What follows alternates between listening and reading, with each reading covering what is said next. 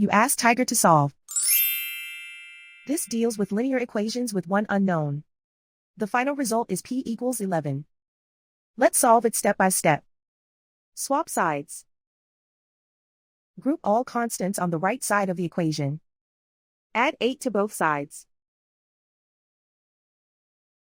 Simplify the arithmetic.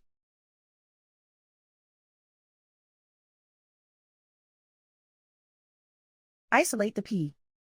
Divide both sides by 4. Simplify the fraction. Find the greatest common factor of the numerator and denominator. Factor out and cancel the greatest common factor. And so the final result is p equals 11.